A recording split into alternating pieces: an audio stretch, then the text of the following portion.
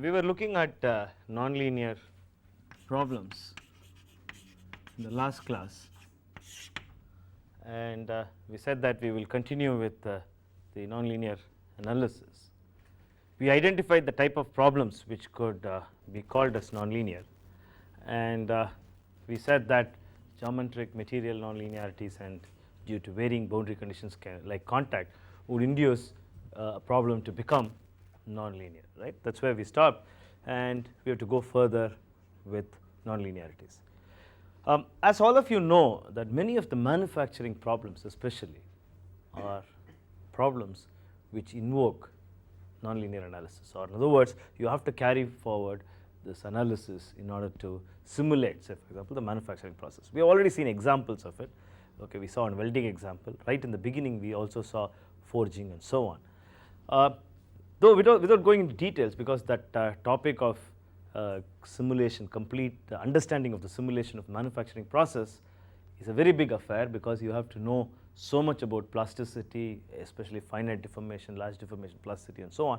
So I am not going to go into the details of all these aspects, but at least I want to tell you, given a package, okay, what are the things that you should look for, or what are the things that you have to know in order to, for example, run a nonlinear problem. So my emphasis in this course is going to be only from that angle, but not from the angle of development of a finite element code itself as far as nonlinear analysis is concerned, basically because of the continuum mechanics background that is required in order to do that is very high. Okay? But nevertheless, without losing rigor, without losing what is to be known, in order to run it, we will carry forward our study on nonlinear analysis. Okay? Now, we identified from our physical arguments, we identified lot of things. You remember that we identified, when we looked at say load deflection curve, that the curve is nonlinear. Okay? This we identified. So we identified that if you want to go from here to here, this position,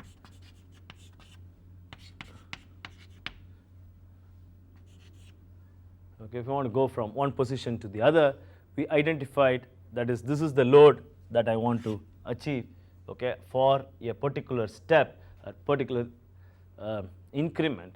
Then I said that from the previous increment at n, when I go to n plus 1, okay, I do an iterative procedure in order that we reach that point and until convergence takes place. Putting it mathematically, I can say that the error psi say at n plus 1 at say an iteration I is equal to some internal loads, which is what's the matrix that we used, capital U, right, for the displacements, capital U, right. Yeah, long ago we used the vector for the complete degrees of freedom U. So you can say that the error is say the internal forces minus the externally applied forces. Externally applied forces can be a function of displacement or need not be a function of displacement. Let us say that for the time being we say that it is not a function of displacement, and say that f say n plus 1. Is that clear? Okay. So what is this? This is the internal forces. The reason for it, is the presence of stresses. Okay, it's very simple to see what it is. How do you see that? Even from our virtual work principle, you can see that. Say, remember what is the equation we wrote? Integral delta epsilon transpose sigma dV. We started something like that in our previous case. Remember that? That's how, okay, internal virtual work and external virtual work, when we did that, we had a term delta epsilon transpose sigma, and delta epsilon transpose can be written as delta U transpose, okay, B transpose sigma dV, or delta D transpose rather, B transpose sigma dV in finite element terminology, right? Go back and refer to this, and so you see that delta D transpose B transpose sigma dV. Now look at this term now. This looks like this is a force and that is the displacement. This is the virtual displacement and this is the force. Okay, so you can easily identify that B transpose sigma dV would be an internal force. Actually, from here only we get our famous stiffness matrix. Sigma is substituted in terms of what? Simple, dB. Okay, D into epsilon, epsilon is BU. That's all we get. Okay, so this is the force term. So what is this? This is nothing but this P which I have put here. Okay, B transpose sigma dV minus F. What is F? F is the load that is applied, right? So this is Fn, Fn plus 1, right? Now what I am going to do is I am going to linearize, note the word. This is one of the most famous words in nonlinear finite element, linearization. Okay, linearize about this point, say I. For the first step, about say n, where I is equal to 0. What do I mean by linearization?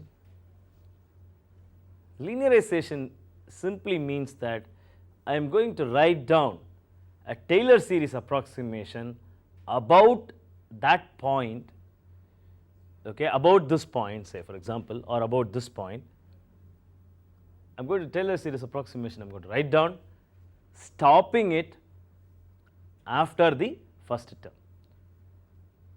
right? Taylor series approximation, you can keep on writing higher order terms, d squared y by dx squared, 1 by 2 d squared y by dx squared, and so on. Okay, so what I'm going to do is I'm going to linearize, which means that I'm going to stop with the first term. Okay, so what does it mean? It means that if I have to go to say psi I plus 1 n plus 1, this is equal to psi I at n plus 1 plus what's it, dou psi by dou, say let me limit first to one element, okay, though it is u, just because we did the similar thing. So d is what is the corresponding degrees of freedom for one element. So dou d, okay, dou psi by dou d displacements, right? You can write it for dou u, but then it will be for a complete system, okay, dou d into say delta d, where dou psi by dou d is taken at the point I, okay, this means iteration and this means increment.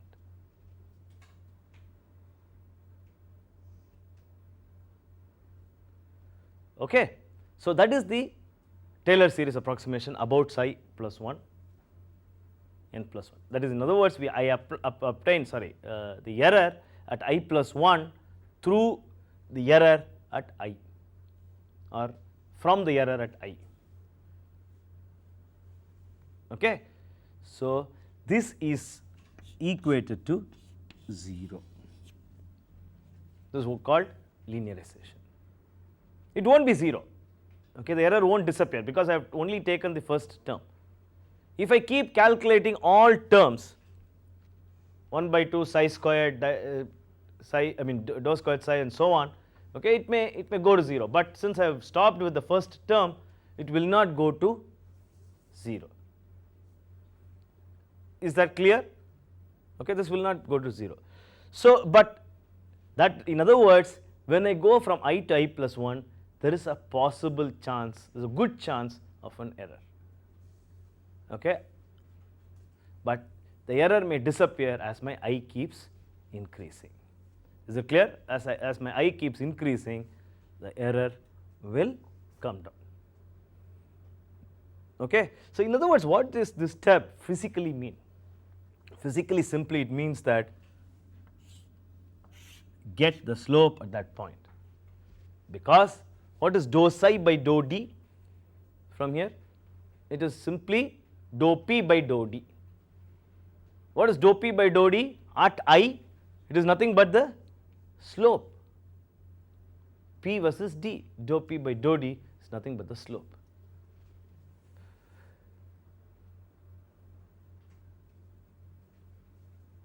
Is it clear?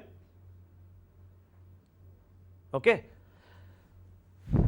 So, I get the slope at this point and call this slope as tangent stiffness. So, this term here is called as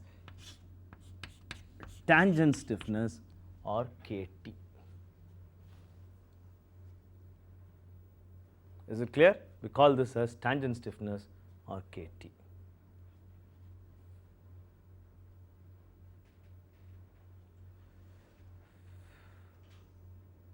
Is it clear? Okay. Now, how do I get here in this term? How do I get this? This is very simple. So, for 1D I can very easily understand what is happening. It is just the slope at that point. Okay. What is it here? Say, suppose I say that B transpose TV, that is the error term, minus say F, what would be my stiffness matrix?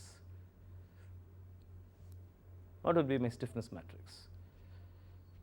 So, I have to say that dou psi by dou d or dou epsilon is equal to into delta epsilon or delta d is equal to 0,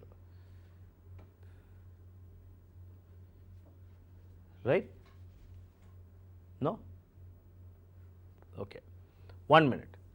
Let me extend this. Let me come back here. If you don't understand, I will come back here and then go to that problem. Just a second. I skipped one step, so let me make the step clear so that if there is a problem, you can easily understand. Okay. Let me remove this for a minute. Let me extend it to get the from physical to mathematical picture. What does this equation signify? It signifies that KT delta D is equal to minus psi I n plus 1, right, is equal to minus psi I n plus 1, isn't it? Yes. What is psi I n plus 1? Get it from this equation here, the first equation. Okay. Yeah, but minus of that, so Fn plus 1 minus P.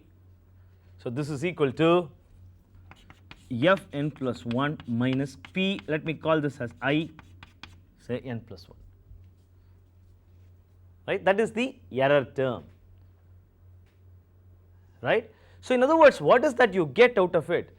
I get delta D by solving it, because I know the right hand side, I know KT, okay. KT is right now I know it because just the for 1D case is just the slope of the stress strain curve. So, KT I know, so KT into delta D is equal to Fn plus 1 minus Pi n plus 1, right, simple. Is it clear? Any questions? Okay. Now, so let me say that I start from say I is equal to 0, that means I am here, right. I calculate it and calculate kt at that point, calculate delta d, find out the error at that point after solving. My error keeps decreasing, that we had discussed in the last class itself. So when my error is very low, or in other words when I say that it has converged, I would stop calculating further delta d's. Or in other words, in one increment,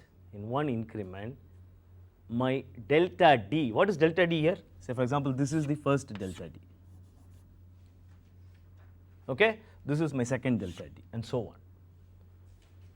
That's first, that's the second one, and so on, right. So I keep summing up these delta d's, so that at the end of my iterative process, in other words at the end of my convergence, I would be able to get the solution for the force at n plus 1, right. So the total delta d is equal to delta d1 plus delta d2 and so on. This is for a particular step.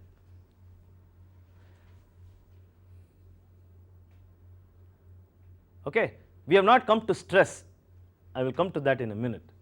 Okay, before we go there, because 1D is always easy to understand, you may feel that we don't understand multi-axial case because it's very simple, so I want to just jump right ahead to a multi-axial situation and see how the same stiffness matrix is generated for multi-axial case, right. Okay. Any questions? No questions? Okay. Now I can write down in that case psi is equal to integral B transpose sigma dV now minus say f. All of them are vectors, please note that all these guys are vectors. Okay, the psi is a vector. If you want, I have to put all everywhere, but I think by this time you should be quite clear. Right. Now what is it that I do now? I do a linearization. Okay, I do a linearization. So I say that psi plus say delta psi is equal to 0, where delta psi is, that is obtained by my first linearization. So that is delta dou of psi by dou d into delta d is equal to 0. That is psi plus dou psi by dou d into delta d is equal to 0. Okay. Please note that this will be a matrix dou psi 1 by dou d 1, dou psi 1 by, what is it, if you expand this, it is a complete expansion. So dou 1 by dou d 1 into delta d 1 plus 1 2 delta d 2 and so on, then dou here 2 1 and so on. So in other words, both of them being vectors, I get here, when I differentiate this, I get a matrix here, and that is the KT matrix. There in 1D it was one value, because delta D was only one value. In this, from this figure, the delta D was only one value. Now delta D is, even for an element, is not one value, right? And so it's a vector, this is a vector, so this becomes a matrix, where KTij can be said as something like that.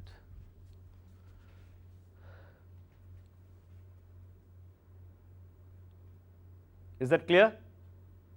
I mean, it's nothing but Taylor series with a number of variables, d1, d2, d3, etc. Right? Yeah? Any questions? Okay. Now, how do I do this trick here?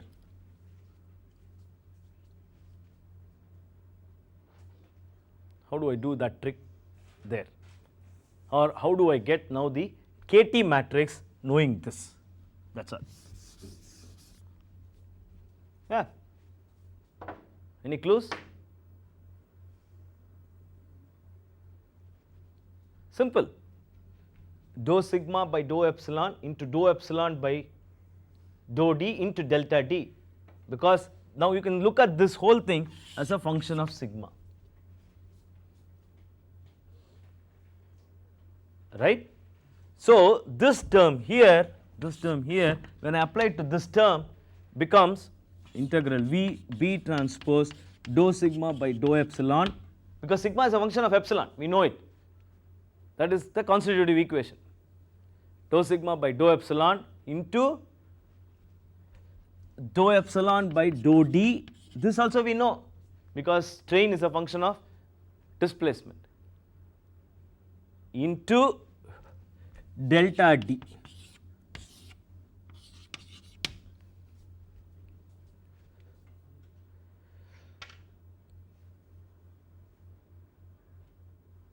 Is it clear? No? Exactly, that is the KT matrix.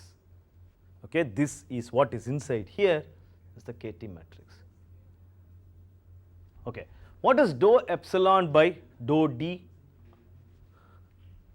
What is this? What is that? From finite element. Yeah, B matrix. Epsilon is B times T. Yeah, any questions? Right? B matrix. So B transpose dou sigma by dou epsilon to B dV, period. Very simple.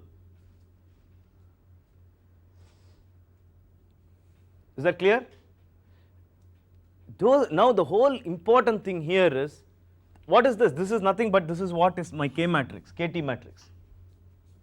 The whole important thing here is that recognize what introduces nonlinearity. Look at that equation. What is that? What is that which induces nonlinearity here? This dou sigma by dou epsilon.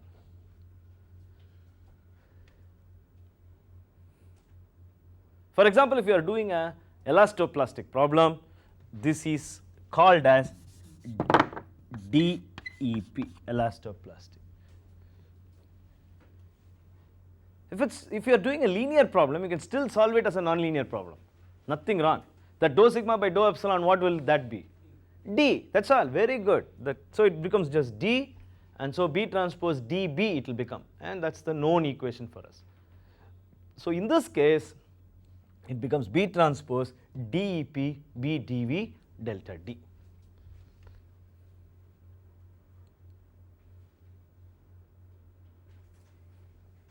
Is that clear? Any questions? Right. So in the whole of, there are two important issues in the whole of nonlinear analysis.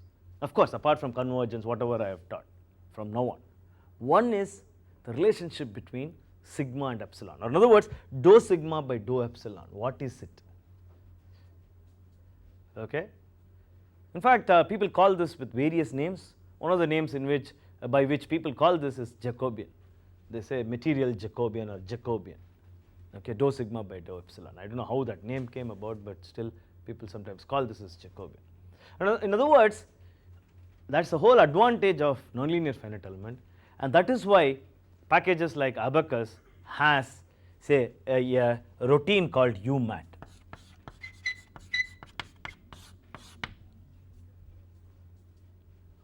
Okay, so the first issue is KT formation. Please note that from one type of nonlinear material behavior to another type of nonlinear material behavior, the fellow who changes is this chap.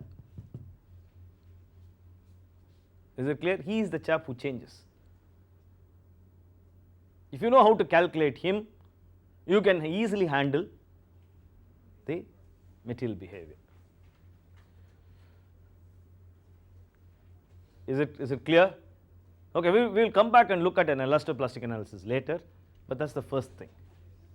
There is one more issue, important issue.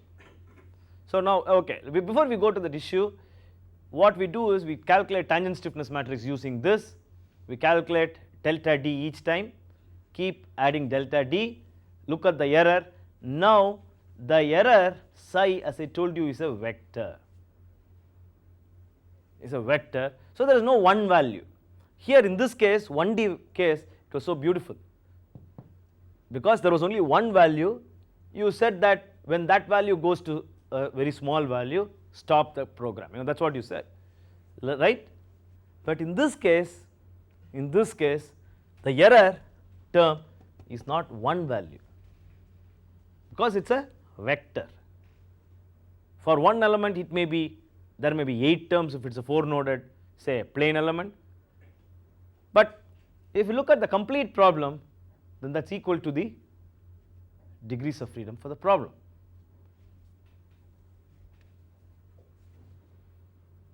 Right?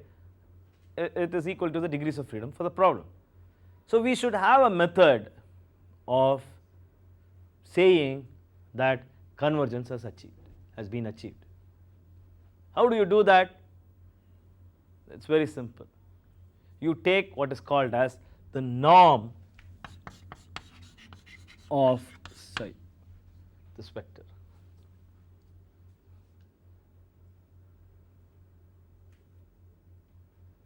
Okay.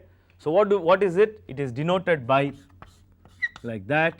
Norm of psi is denoted by that 2 lines. Okay. And that is nothing but root of psi I dot psi I. So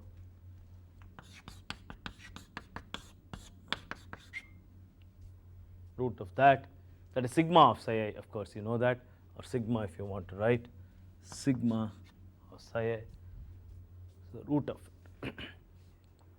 That will give you the norm.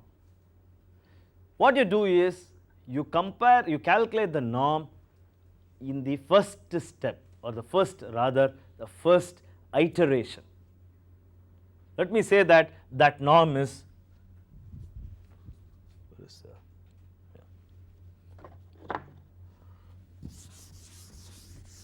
let me say that norm is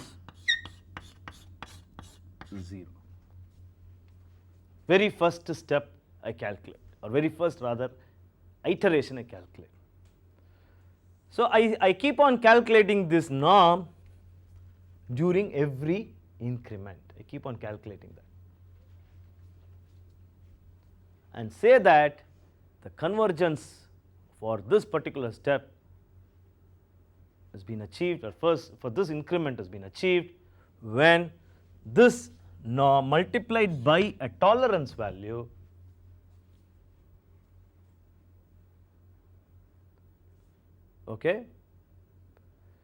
is less than the current norm.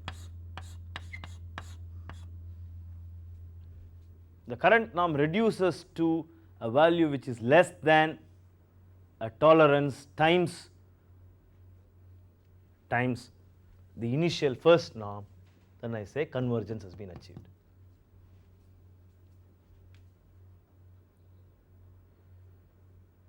And this tolerance is usually 10 to the power of minus 6, because for Newton-Raphson iteration 10 to the power of minus 6 to, it varies from problem to problem. If you want to have a tight convergence, then it's about 10 to the power of minus 6. But if you want to lose convergence, which you may get into problems because the solution may drift, then it may be 10 to the power of minus 3 is used. Okay, usually, say in many packages, the default value is 10 to the power of minus 6, and you may not be, or you don't usually change it unless you are a ace nonlinear man, or else you are not going to change it, those things. Okay. So with this, let us summarize the steps. What are the steps? I will give you 1 minute to think about it, and I will summarize all the steps. Okay. There I am going to hit upon another important issue.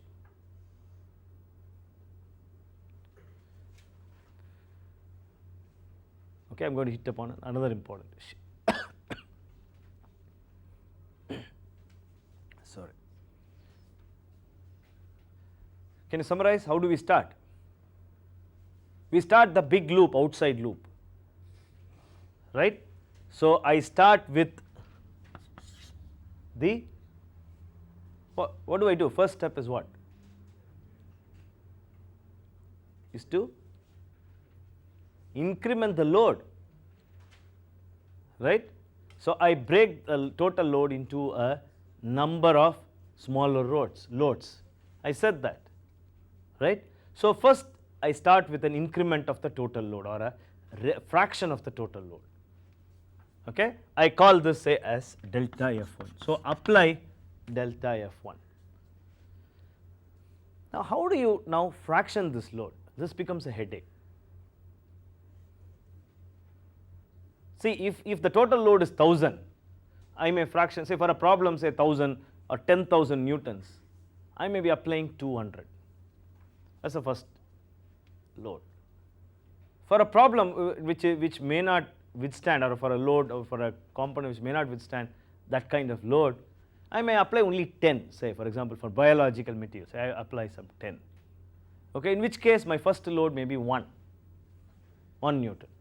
So it's not very easy, or there is no vehicle for you to talk to the program as to how much you have to apply the load. There is no vehicle. You can't say first, you can't say every time, especially when you are using software like ANSYS or Abacus. You can't keep on telling that now today nonlinear analysis is available in a lot more packages like IDEAS, ANSYS and all these packages, but you can't keep on telling that first step you apply this much, second step more than that, and so on, because you are also restricting certain things. I will come to that in a minute. Okay, but before that I need a vehicle to tell the software as to how much the load has to be applied, okay, for each of the increment. So what I do is to normalize the loads by 1. I will say that, okay, whatever even if it is 10,000, the load is normalized by 1. That means that apply 0.1 when I say it is 0.1 of 10,000. Okay, if it is 200, 0.1 of 200, and so on. This normalized value I give a name called time. Okay, so the it's a pseudo time. This time is actually not a time but a pseudo time. So I say that I apply the total load of say 10,000 in 1 second. This has no meaning, okay, with an increment of 0.1 seconds. What do I mean? I mean that my increment of 0.1 second means that at the end of 0.1, or the first, say for example first increment, I apply 0.1 of 10,000. Okay, so time is a vehicle of language to talk about the load application. Time has nothing to do with the actual problem. It's not a dynamic problem. It is a static problem. Okay, it's not a dynamic problem, but still we talk about time basically because it's easier to say that and generalize it over a number of problems, right? So if I say 1000 and say 0.1 seconds, 1000's 0.1 second is 0.1 of 1000. That's the load I apply. So in both cases I will complete the load when I reach 1 second. Yeah? You don't understand? Okay. Now what we do is we normalize the application of load, right? Say for example, I see for a problem there can be a different amount of load. For a problem there can be 1000 or say 10,000 or 20,000 or whatever it is. Okay. Now I want to run a general purpose program. I can't, or I do not want to say for this problem apply first 100, later apply 200, 300 and so on, okay, and then For this problem, I don't want to say first apply 1000, then 2000, 3000 and so on. Okay? So what I do is I normalize them in a scale of 1, right, and I call that scale as time. Note this carefully, I call that scale as time. So when I say time step, it actually means load step.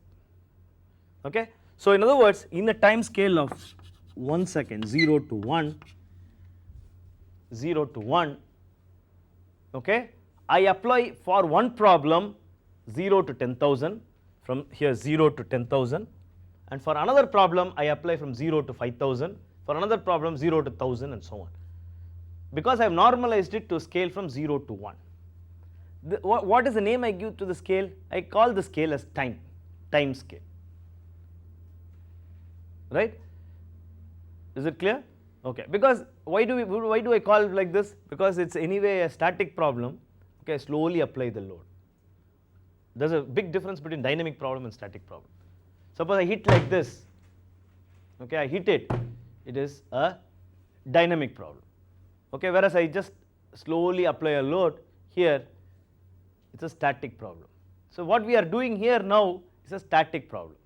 So I slowly apply the load in an incremental fashion, right, and hence I give a pseudo time. This time has no meaning, it's just the scale is called the time. So now I say start with 0.1 second, 0.1, okay, for every problem I can say start with 0.1.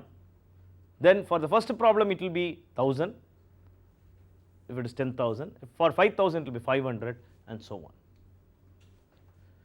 Is it clear? So I will not talk about now the load step at all, I will talk about time step.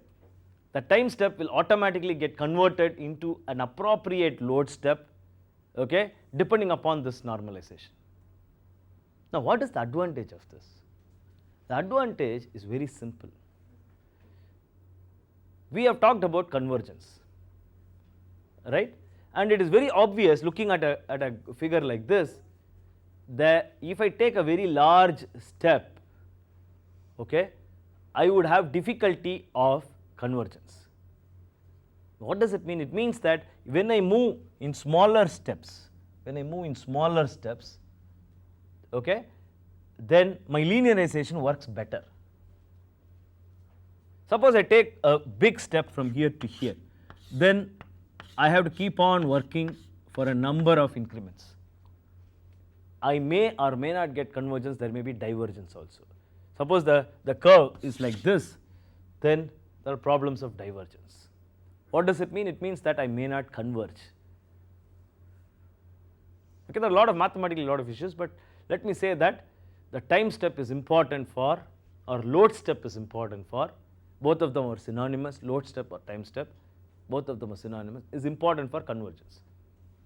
Now that does not mean I can keep on applying 0.0.1 all the time, right, because I will take then 1 by 0.0.1 to reach 1 by, that is 10,000 times I have to apply the load. So what do I do, or what does all practical softwares do? What they do is they start with say 0.0.1 initially, go and converge, okay, look at how it is converged, converge nicely, within 3 iteration you have converged, then it will double it, or in other words most softwares use variable steps. It will start with 0.0.1, it will keep on varying the time step, it will go to say 0.005, 0.05 convergence is very good, then it will go to 0.1, 0.1 convergence is very good, it will go to 0.1 and so on. So in other words, this helps in optimizing the time required to solve the problem. Is it clear? It helps in optimizing the time required for solving the problem, and hence we have what is called as a time step. Is it clear? We have what is called as a time step here. if it's load, it's difficult to handle for software to handle. Best thing is to say that I will next step I'm going to apply 0.01, next step I'll apply 0.02 and so on. It's easy to say that. Okay, so load step and time step are synonymous. Please note that. So first step I start with a particular time step. So I say that for that corresponding time step I have say delta F1. I apply the load. Okay, delta F1 applied.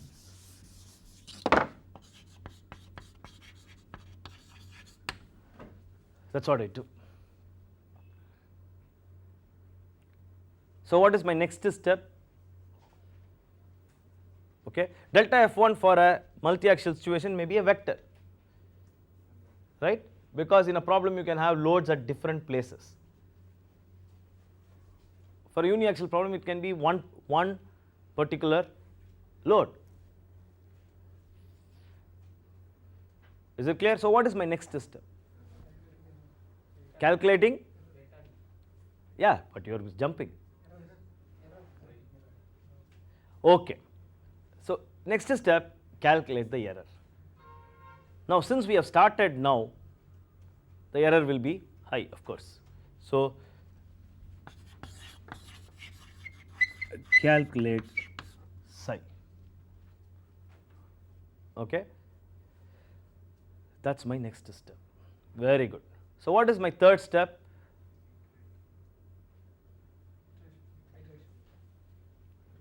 Okay,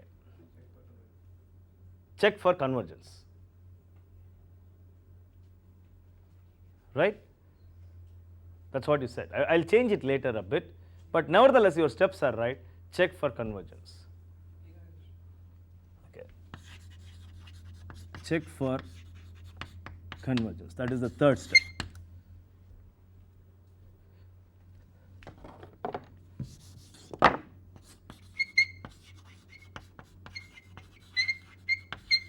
That's the third step. Check for convergence. If convergence has been achieved, okay, yes, go to 1. Okay, go to 1. Is it clear? If no, we will put the correct one later in the next class, but let us, because that your understanding will go up if you start thinking. If no, then you come to the step into the iteration loop, step 4. No means you go into the step 4. So what is it that you do here? Iterate. Okay, fine. What is that you do here as a first step? Calculate KT. Very good. So calculate KT.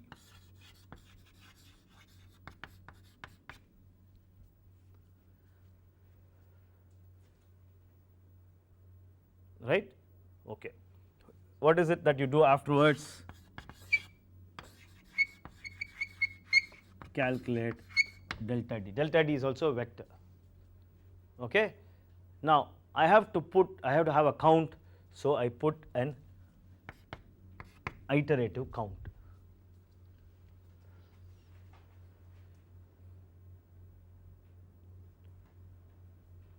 Right? Okay. Then what do I do? What is the next step? 6. No, I have to calculate strain and stress and so on, because B transpose sigma is there, that is P. Okay, P minus F, B transpose sigma dV minus F. So calculate sigma.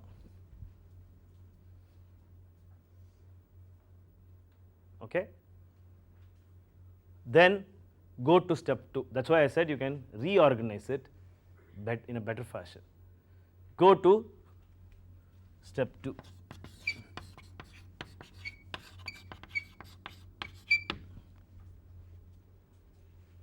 go to step 2, calculate error, check for convergence. If yes, go back to 1. If no, come back again. Okay, calculate this convergence, no convergence, get to do all this. Okay, in fact sigma calculation is a very very important step, okay, and is called as stress update. Stress update step. There's been a lot of research on stress update algorithms. Okay, so that is the next step that we have to concentrate on. Is it clear? Please put this in a better fashion, okay, in the sense that it's a much more appropriate fashion here. These are the steps, no doubt about it, so that we will discuss the next step of stress update in the next class. But there are certain issues here which I want you to keep in mind and think about it, okay, so that we will not lose track of what we are doing. For example, one of the things is that the stress should be properly updated so that the constitutive equation is correctly maintained and so on. So we will see about the stress update algorithm in the next class.